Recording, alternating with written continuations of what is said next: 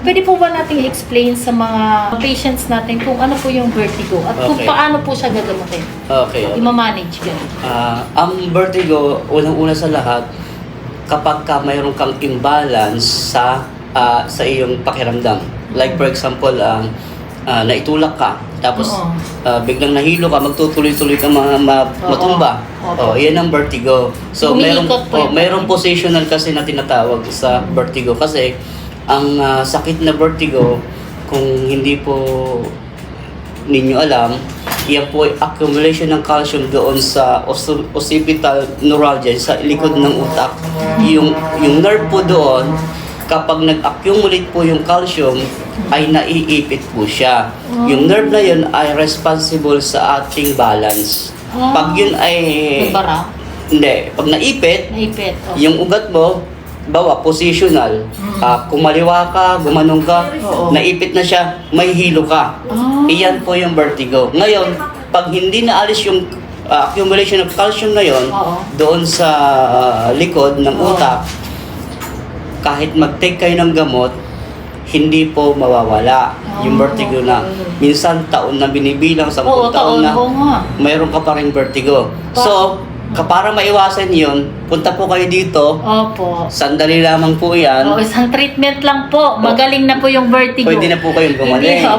Hindi mo na kailangan na bumili ng gamot. Inom na ka ng inom ng gamot. Hindi ka na magumagaling. Punta po kayo dito. Sa dami na ko lang kikilala, Dok, na may vertigo talaga na puro gamot lang. Kasi dito sa Pilipinas, nakakagamot po temporarily yung gamot kasi mayroon siyang muscle relaxant. Yun pala yun. Oo, kapag na-relax po yung muscles, hindi po naiipit, no, nawawala po yung pakiramdam po ng inflammation. Kasi para siya namamanhid, walang pakiramdam po, hindi ka mahilo. So yun po nangyayari. Tapos after ng effect ng gamot? After ng effect kasi noon, balik na naman, hilo ka na naman. Yun, hindi ka na makatayo mabuti, maglalakad ka, natatakot ka, hanggang sa nagkaroon ka na ng phobia pagbaba mo ng hagdan, ayaw mo na bumaba. Kasi may naging pasyente tayong ganun, di ba? Yes. Parang hindi na po siya makalingon. Hindi na. Kasi nga, dahil dun kung lumingon, parang may stiff neck, gano'n na. Gano'n na. Gano'n.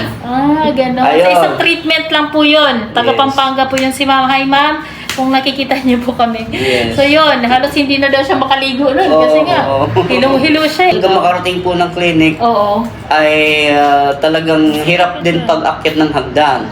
Tapos, paglakad, hirap. Kailangan ng alalay. So, mabuti na lang, matyaga yung asawa. Nakarating sila dito. And ilang minuto lang, okay na po siya. Okay na po. So, bali po, hindi tayo inaabot dito ng 1 oras. Actually, 5 to 10 minutes, magaling ka na. Imagine mo yun. Saan mo makikita yun? Hindi po yan hinilot or whatever. Si Doc Gatela lang po makakagawa niyan kasi doktor po siya, guys. So, hindi po siya